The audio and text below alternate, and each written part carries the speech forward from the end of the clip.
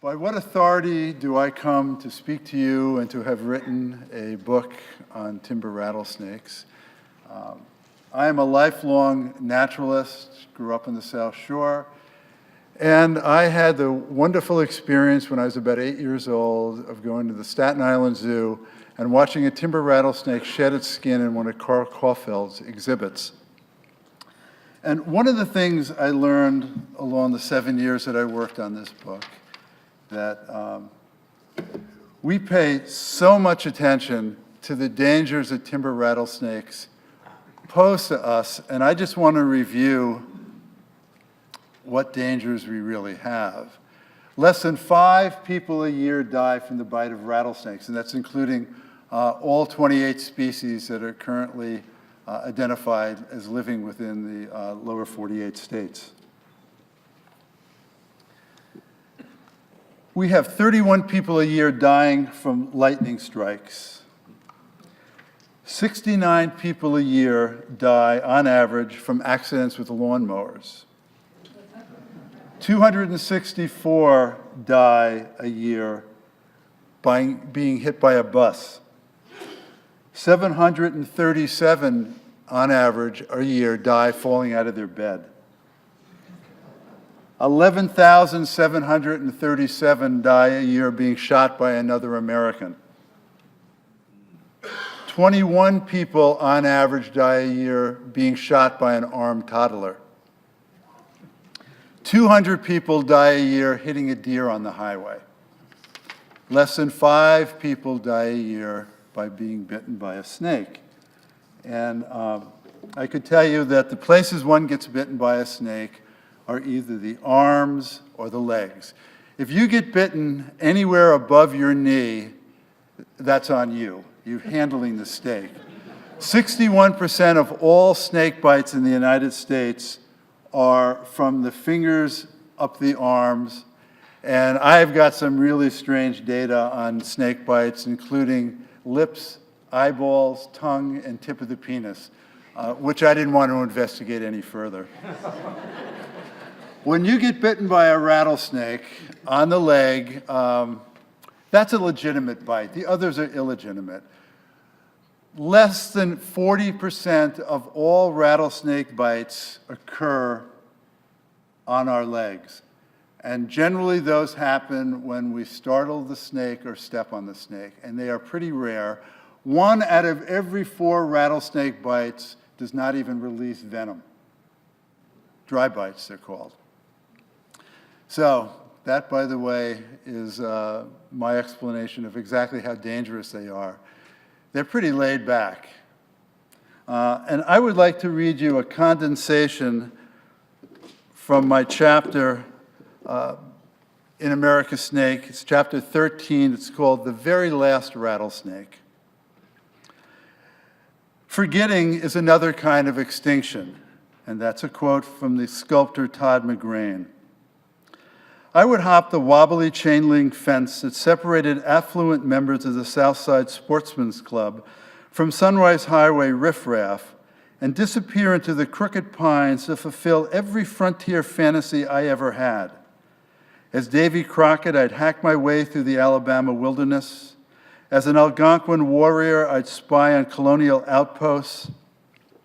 Some days I was Natty Bumppo or Daniel Boone, even a Rocky Mountain fur trapper, for which my imagination assumed a bigger than usual role, since the South Shore of Long Island is nearly flat and where I roamed was nowhere more than 20 or 30 feet above sea level.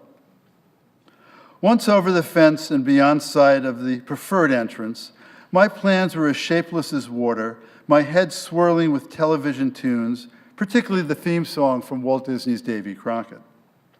Although bordered on all sides by development, my immediate surroundings were neither inhabited nor inhibited by humans, which mattered most to me.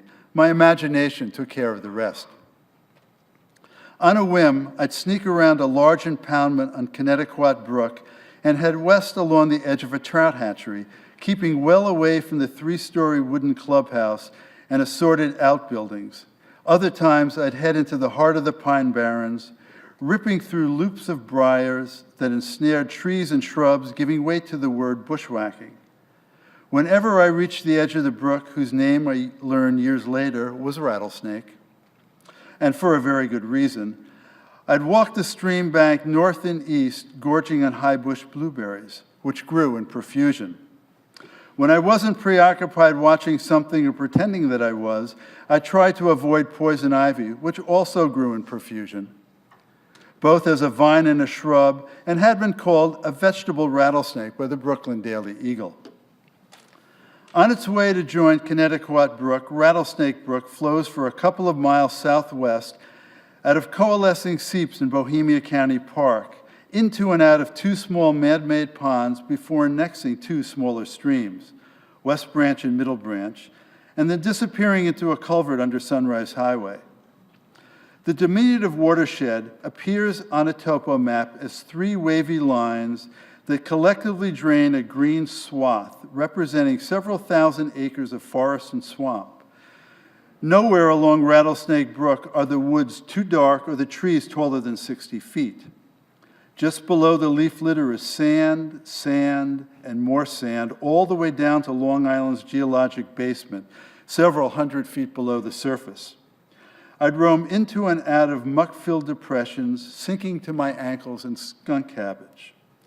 At twilight, the voices of screech owls, horned owls, and whippoorwills filled the pine barrens, transforming it into something like a landscape without borders. Raccoons and opossums transformed the muddy shorelines into wondrous tableaus, and there were long-tailed weasel, mink, red fox, and perhaps skunk and gray fox, but I never saw any of them. I had no idea that in the early 1960s, these airy, sunlit woods had once been a rattlesnake stronghold, or that in 1962, on July 20th, less than 4 months before my 14th birthday, Roy Latham, an Orient Point farmer and legendary naturalist, saw a rattlesnake in East Moriches, the last rattlesnake ever reported on Long Island. I had been aware of the woods since my parents joined the golf club. How could I have missed it? How could anyone have missed it? Development along the north side of Sunrise Highway stopped at Connecticut Avenue and resumed again at Pond Street, 3 miles to the east. If you included adjoining Bohemia Park, Bayard Cutting Arboretum State Park, just across Sunrise Highway, and nearby Heckscher State Park, there were more than 9 square miles of primeval Long Island. These wild, lonely barrens were still visited by wildfire, which would loosen plumes of summer smoke into an otherwise cerulean sky. When Henry Hudson first sailed into New York Harbor early in the 17th century, rattlesnakes had free reign of Manhattan, Brooklyn, Queens, and Long Island. Besides Oakdale's, there were records from Freeport, Central Islip, East Islip, Great River, Great Neck, Comac, Sayville, Yaphank, Smithtown, Wyandanch, Sag Harbor, Patchogue, Shirley, the Hamptons, Moriches, Babylon, Bayport, and Bayshore. In addition to Oakdale's Rattlesnake Brook, Long Island has 3 other rattlesnake place names: Rattlesnake Stream in Sag Harbor, Rattlesnake Swamp in Yaphank, and a second Rattlesnake Swamp in Sunken Meadow State Park. The last timber rattlesnake in New York City was killed around the time of the Spanish-American War in Seton Falls Park in the Eastchester section of the Bronx. Long Island rattlesnakes made a prolonged last stand in the Pine Barrens, where between 1869 and 1899, well over 50 were dispatched at the Southside Sportsman's Club, 13 in 1 year, 29 by the gamekeeper during the 1890s. In the 1880s, Edward Knapp Jr., in a self-published family history, wrote that in front of the clubhouse, it wasn't uncommon to see 10 or a dozen snakeskins stretched out on boards drying in the sun. As late as the turn of the century, young boys were not allowed to wander along the banks of Rattlesnake Brook. During my furtive treks into the pines, I never saw bedrock. Compared to the mainland, say the Hudson Highlands, Long Island's surface geography is quite new, post-Pleistocene, less than 7,000 years old, and has been fashioned by ice and surf. There are no outcrops, no cliffs, no ledges, no caves, no rock slides. Nothing really to suggest that Oakdale once supported a thriving population of timber rattlesnakes. Yet, for a century, the employees of the Southside Sportsman's Club did in every one they saw, encouraged by the club's long-standing payment of a $5 gold piece for every dead snake. In 1924, a former superintendent told the Suffolk County News that the last rattlesnake to be bountied was so small the employee who turned it in admitted that he had been overpaid. For many years, rattlesnakes on Long Island had been newsworthy. Their presence, their absence, and the hunt for them. Apparently, the length of the snake and the number of rattle segments, which were simply called rattles, were more important to note than either the color pattern, which I assume was as variable, though somewhat different, from those in Vermont and upstate New York that I get to watch. On September 2nd, 1898, the Suffolk County News mentioned that an Oakdale cyclist slew a rattlesnake and then retained a highly prized relic, the snake's tail, which was ornamented with 8 rattles and a button. Another incident involving a cyclist and an unfortunate Oakdale rattlesnake appeared on the 3rd page of the Eagle on August 8, 1902. Although in the early 60s I wasn't aware of Long Island rattlesnake law, I was acutely aware that compared to my hometown, Oakdale was untethered. Once on the other side of the fence, with little effort and little direction, I would encounter wildlife crawling, slithering, scurrying, bounding, running, climbing, swimming, floating, digging, flying, sleeping, ambushing, feeding, and singing. Had I ever suspected that rattlesnakes once lived here, or, in the case of the not too far away East Mauritius, were still living there, I would have been ecstatic. The South Shore is not my idea of a crotalus paradise. Biologists currently lump all timber rattlesnakes into a single species, Crotalus horridus, with no recognized subspecies. I'll take a break and tell you that 31 states in the United States, starting along the west bank of the Mississippi River, running through the Atlantic seaboard, extending from East Texas to North Florida, all the way up to Southwest Maine, once supported rattlesnakes. They're gone from Delaware and they're gone from Michigan, but they exist in the rest of their distribution, but critically endangered in every New England state except Rhode Island, where they disappeared in the 1970s, and Maine, where they disappeared just after the Civil War. They're threatened in New York, endangered in New Jersey, thriving in Pennsylvania, Virginia, and West Virginia, and diminishing numbers of populations moving south and west from there. They were the principal aberrant rattlesnake when rattlesnakes first evolved about 2.5 million years ago. Instead of staying in preferred grasslands and rocky, dry, arid areas in the southwest and northern Mexico, timber rattlesnakes invaded and colonized a vacant niche across the eastern deciduous forest. Though they are particularly bound to open, dry areas, they are the only rattlesnake outside of the Massasauga, which just makes it barely in 2 swamps in northern New York, that exist across the eastern seaboard. Eastern diamondbacks are further south in the southeast, don't make it much north in southern North Carolina. Timbers make it all the way down to northern Florida. So biologists lump them all into a single species, no subspecies, but they also divide, based on DNA evidence, they divide Crotalus horridus into 5 geographic units with 28 subunits, and it's all based by genetic affinity. Not quite enough to recognize separate subspecies. Long Island rattlesnakes form a discrete subunit of the Mid-Atlantic unit, which also includes the New Jersey Pine Barrens, the Delmarva Peninsula, and the western shore of Chesapeake Bay. Over the past 2.5 million years, during each glacial advance, the level of the ocean dropped 200 or 300 feet, at times lapping the rim of the continental shelf. There are a number of isolated geologic refuges in the southeast where timber rattlesnakes survived the Ice Age. One was probably off the modern coast of South Carolina, where snakes lived in wooded stream corridors much as they do nowadays in the New Jersey pine barrens.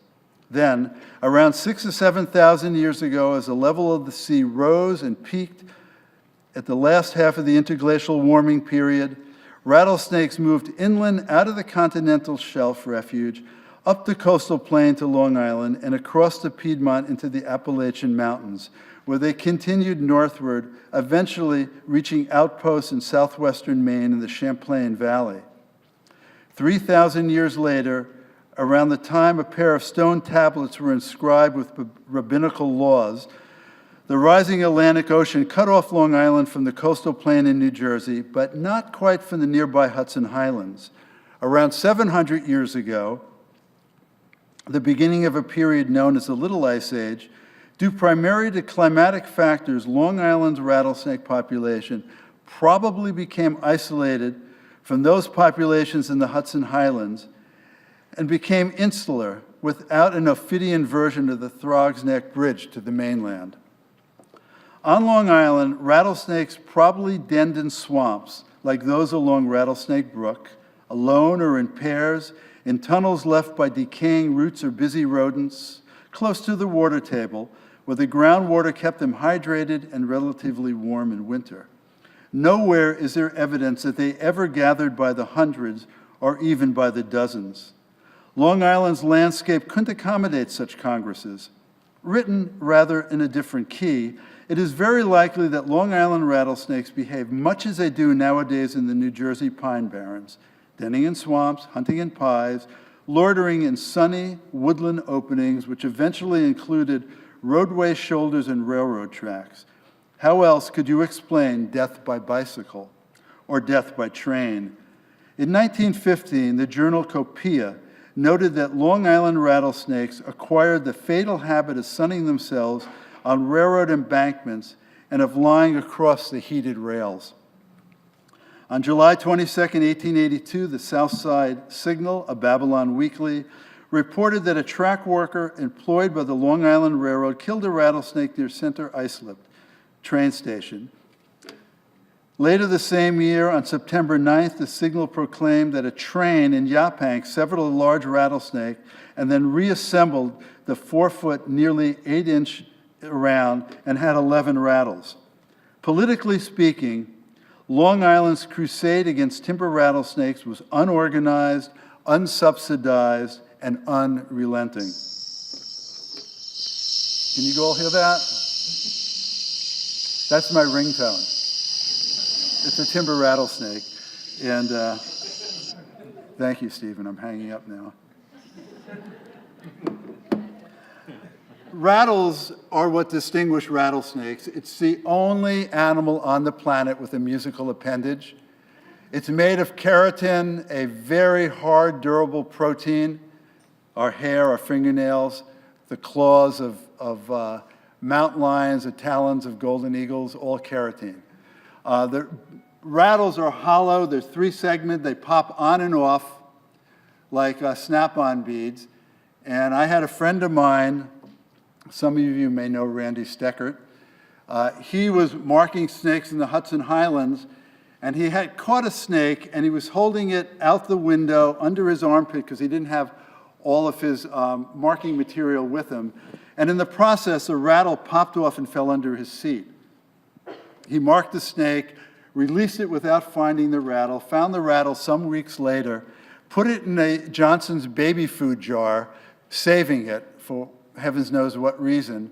A couple years later, he caught the rattlesnake, brought it home, saw that the rattle had broken off, tried on all the rattles till he found the right one, like fitting on Cinderella's slipper. Then he let his snake go again. It's a really novel device that can be shaken at cycles over 1,000 per second. And if our leg muscles were as well innervated with oxygen and functioned at the same pace as a rattlesnake shaker muscle, we could run marathons in under 9 minutes. Everything else, the rattlesnake may have a type A tail. It's got a type B everything else. It's pretty laid back. Recently, I roamed the South Shore Sportsman's Club, now Connecticut River State Park, rather than hop over the chain link fence, which at my age would require more than a Herculean effort. I drove through the main entrance station off the westbound lane on Sunrise Highway. I parked by the stables and walked to the old clubhouse, the wooden shingled 3-story building that I used to avoid. Annie McIntyre, an environmental educator with the state's Parks Department, led me down a long hallway into a billiard room and unheated recreation room at the far end of the clubhouse. Beside noteworthy clutter, the billiard room also housed fishing records entered into enormous red logbooks, which also listed where and when someone killed a rattlesnake, the length of the snake, and the number of rattles.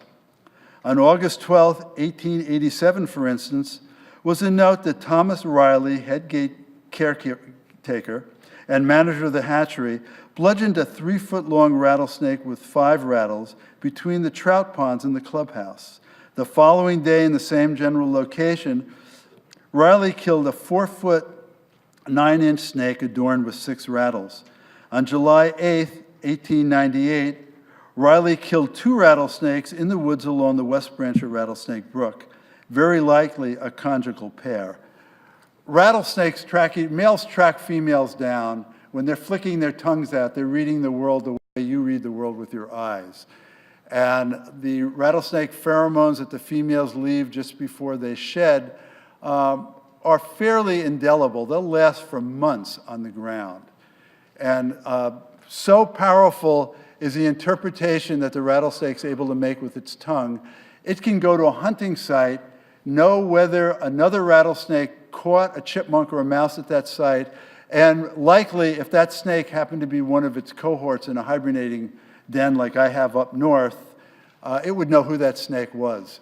They have kinship recognition even when juveniles are separated by years. They migrate out of their dens in small groups, which turn out to be cohorts of birthlings, and they stay together all their lives as they spread out across the landscape. There's a lot more going on in a timber rattlesnake than we were ever led to believe 30 or 40 years ago.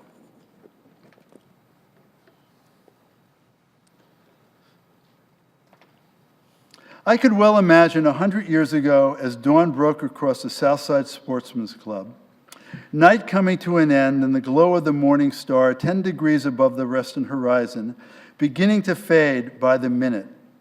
5 miles to the south, in a radically different world, great chop rolled to the shore, foaming water against a pale beach, sugar-white sand under an incandescent sky.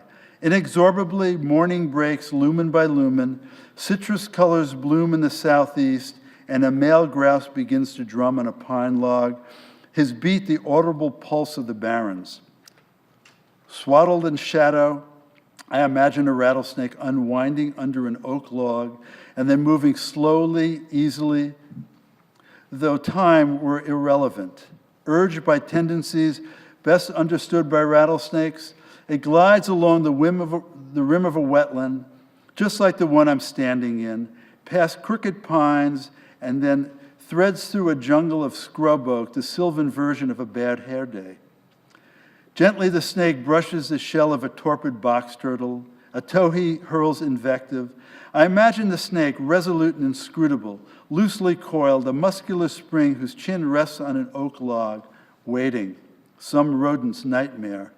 It sucks to think that such a scene is no more. Raymond L. Ditmars, the legendary curator of reptiles and the chief of the Department of Mammals at the Bronx Zoo, author of more than a dozen books, had among his fans New Yorker's Roger Angell. At 11, Angell considered Ditmars as important an author as Dickens and Conan Doyle, and Newt Gingrich, who at 13 wrote Ditmars a letter and received a lovingly reply from the Bronx Zoo that the great naturalist had died in 1942, 14 years earlier, the year before Gingrich was born. During the 1920s and 30s, Ditmars wanted to know whether rattlesnakes still lived on Long Island.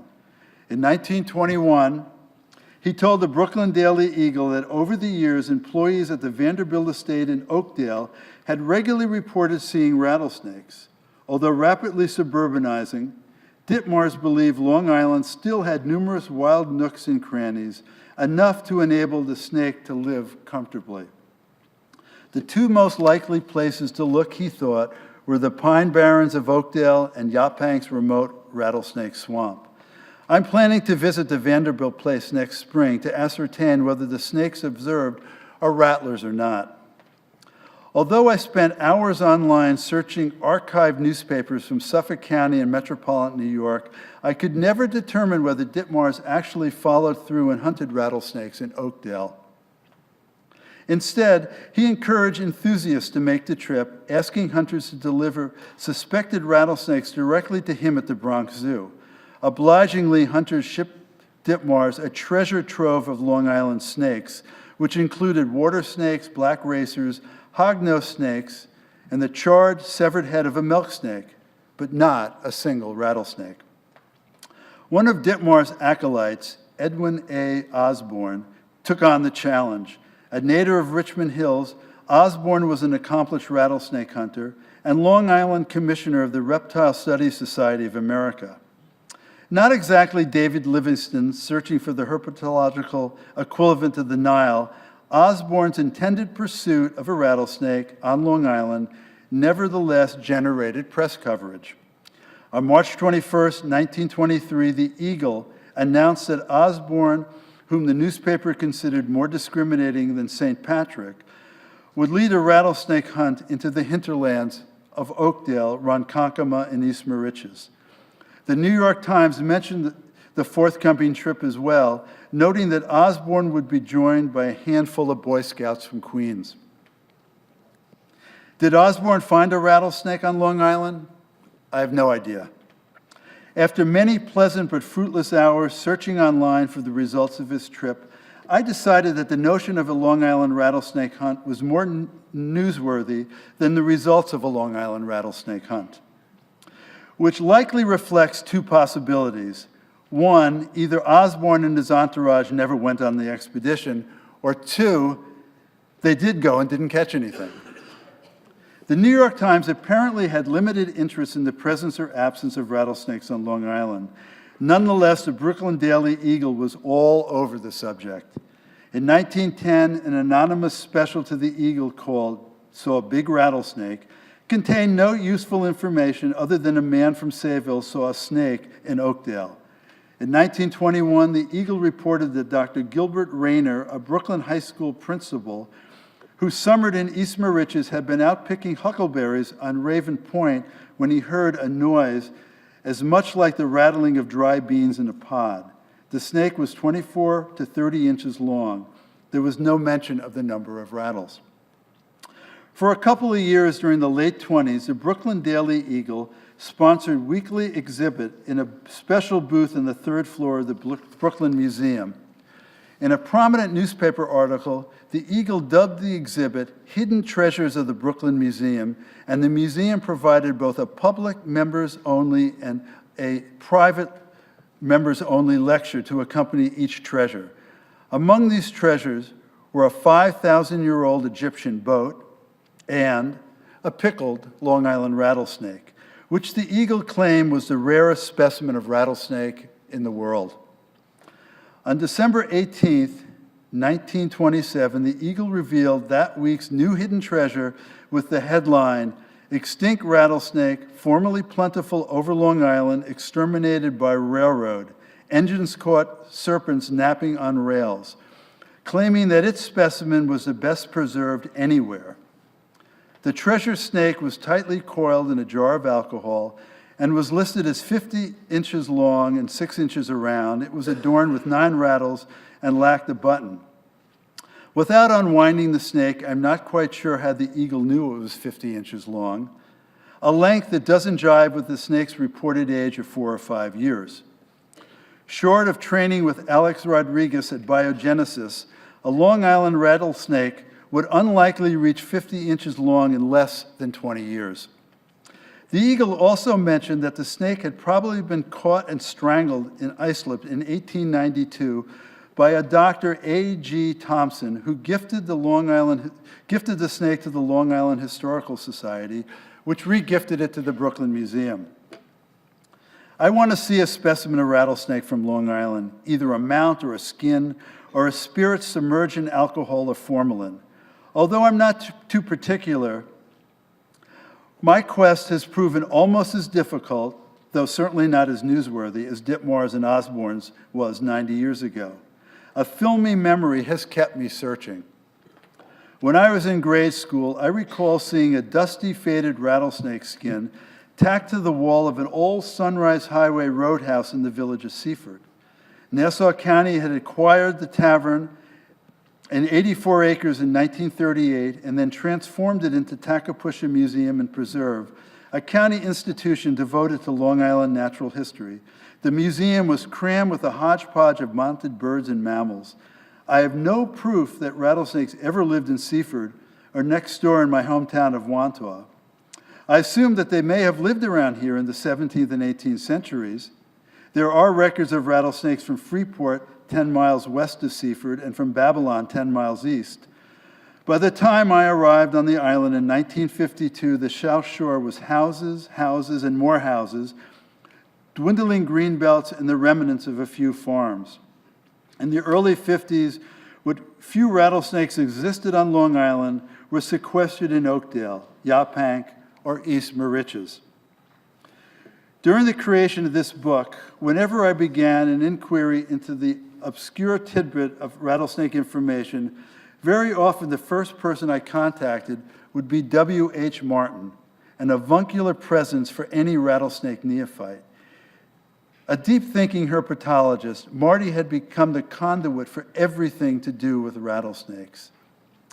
He put me in touch with Alan Lindbergh, a wildlife biologist with the Nassau County Department of Parks, Recreation, and Museums, which maintains Tacopusha.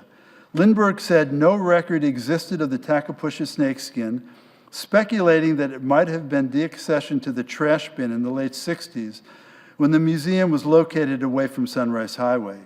Then, at Lindbergh's request, a number of Long Island naturalists and historians joined the effort, but the results were the same as at Tacopusha. Then, by enlisting support of Al Breisch, a retired herpetologist with the New York State DEC, I was spared the tedium of placing ads in newspapers or going door to door to check old Suffolk County farmhouses for a specimen. On my behalf, Breisch plugged into the country's longest, most prestigious reptile collection databases, but unfortunately the results were no different than Lindbergh's. No rattlesnakes from Long Island were housed in the collections of the American Museum of Natural History, the Smithsonian Institution, the Chicago Field Museum, the Carnegie Museum, or the California Academy of Sciences. Neither were they among the skins or spirits at Harvard, Yale, or Cornell. Then, right on his doorstep, Breisch turned up a lead. Although the New York State Museum in Albany didn't list a rattlesnake from Long Island among its reptile collection, a friend of Al Breisch, Joseph Bopp, a curator of mammals and birds, uncovered a handwritten note in a file box which indicated that the museum has or had a mounted specimen somewhere. Bopp thought the snake might have been used in an exhibit and not returned to the proper specimen collection. After additional curatorial detective work, he found the stuffed rattlesnake in a cardboard box in a cabinet, subsumed under assorted study skins of Long Island birds and mammals. The specimen read, Oakdale, Suffolk County, New York. And the specimen card, which Bopp found later across the street in an index at the fish lab, noted that the snake, which was labeled as Canebrake rattlesnake, had been collected in 1915 and donated in 1959. The records of the Sportsman's Club, which are now on file at Connecticut River State Park, indicated that a yellow-phased rattlesnake had been killed on the grounds in 1915, mounted and exhibited, and eventually donated to the New York State Museum. After making arrangements to see the snake, I drove over to the museum on a cold, clear morning just before Christmas. Bopp met me in the library, registered me with the security guard, and then escorted me to the 3rd floor. At the far end of a narrow hallway, inside a heavy metal door, was a warehouse-like storage space lined with cabinets teeming with miscellaneous birds and mammals, mostly stuffed. Bob sat me down mid-room at a table with a box. Inside the box, specimen number 324 was forlorn, so dingy that it looked more like a black morph than a yellow morph, as it idled forever coiled in a shallow cardboard box packed with graying cotton. Its dusty gray body had dark brown bands bordered by time-faded tan. Someone had painted 5 white V's on the side of the snake, almost mimicking its chevrons, each a discrete right-angled row of dots pointed toward the head. The mouth was open, one fang was missing, scales littered the bottom of the box.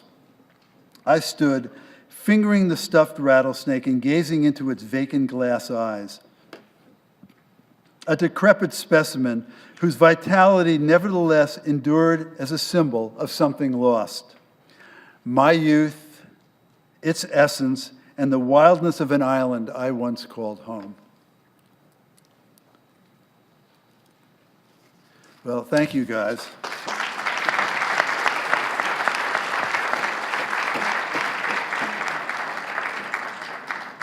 And I'd be delighted to take questions. And for those of you that are interested, I brought a carton of books, and I'd be happy to inscribe books for any of you that would like one.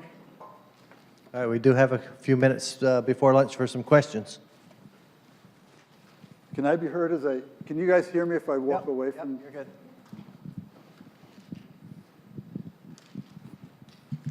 Hi, Sylvia Baruch. I'm interested in the social life of snakes, which you referred to in terms of kinship groups, and I wondered how you knew that they were a kinship group and that they stayed in touch with one another, and anything else you could say about the social life of snakes. Well, I'll start with the social life, then I'll tell you how the social life got unraveled. It's a matriarchal lineage. There is a biologist, emeritus from Skidmore, William S. Brown, who's been studying the same population of timber rattlesnakes in the foothills of the Adirondacks since the Jimmy Carter administration. He has been scale clipping them for 4 decades now. He has now had snakes, females 45-year-olds giving live birth at his sites and still in robust health. A graduate student of Harry Green's, Rulon Clark, did DNA studies and scale clippings. He was the one that determined these small groups of snakes moving out were siblings by his DNA studies. Mother snakes lead babies to the den, and less than 1 in 100 snakes change their dens during their lives. And this is how they live in the mountains. They lived much differently on Long Island. There were many more places on the island as there are in coastal New Jersey for a snake to spend the winter. Your frost line isn't as deep as it is in Vermont, New Hampshire, southwestern Maine, or the foothills of the Adirondacks. There, snakes historically denned by the hundreds. And they had to be, these are big-bodied snakes. A male can get up to 5 feet long. They had to be deep enough crevices going far enough below the frost line that the snakes could stay hydrated and keep from freezing. Snakes, timber rattlesnakes in the Northeast, I'll just throw this quickly out there. Besides being long-lived, most females don't breed into the 7th to 13th year of life.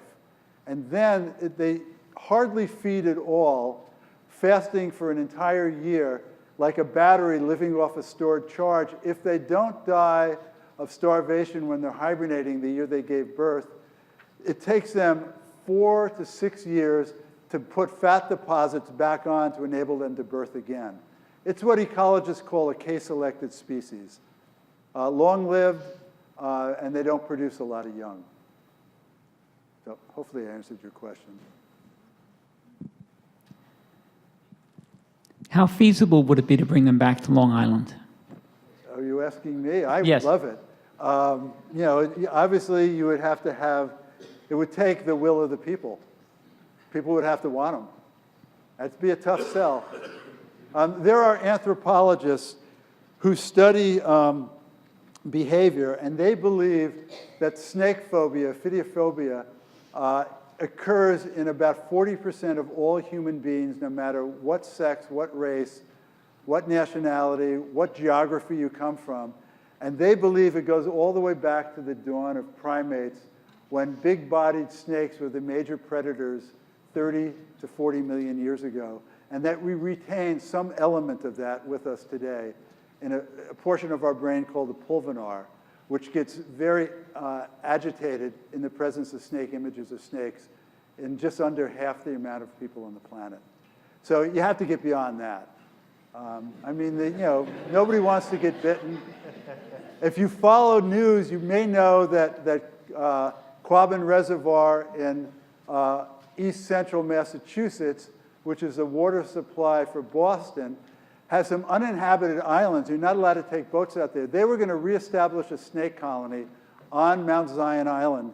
And there was so much discussion about it. People were freaking out that the snakes would swim, which they do, and get on the mainland. And if you couldn't reestablish them in essentially an uninhabited wilderness, I don't know how you would bring them back to Oakdale or Moriches.